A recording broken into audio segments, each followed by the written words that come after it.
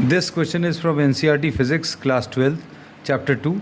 The statement of the problem says 3 capacitors, each of capacitance 9 picofarads are connected in series. ये 3 capacitors को series में connect किया है. What is the total capacitance of the combination? What is the potential difference across each capacitor if the combination is connected to 120 volt supply? अब इन तीनों को series में connect करके 120 वोल्ट से कनेक्ट किया है.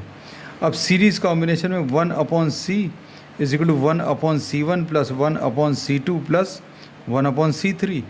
ये कितना 1/9 प्लस 1/9 प्लस 1/9 आ जाएगा.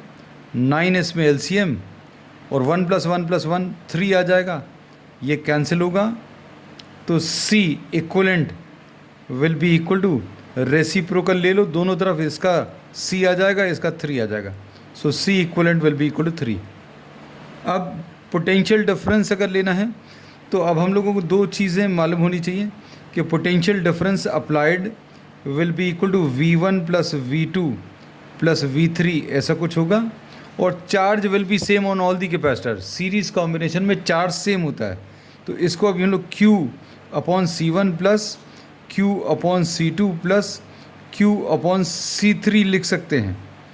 ये V की वैल्यू है और ये V की वैल्यू कितनी 120 दी हुई है.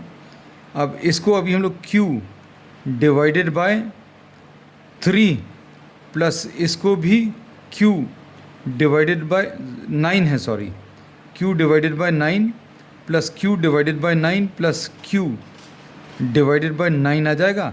And 3Q/9 is equal to 120 और 3 इससे कैंसिल होगा तो Q की वैल्यू इससे Q की वैल्यू 360 पिको कूलम्स आ जाएगा. अब हम लोगों को इसका चार्ज पता चल गया 360.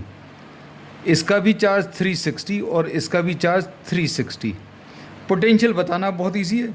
V1 will be equal to Q1 divided by C1. Q कितना है 360 डिवाइडेड बाय 9 मतलब ये 40 आ जाएगा. तो इसमें 40 वोल्ट्स. V2 की वैल्यू भी अब हम लोग निकाल सकते हैं. कैसे? Q divided bye C2 this will be 360 divided by 9, ये भी 40 वोल्ट्स.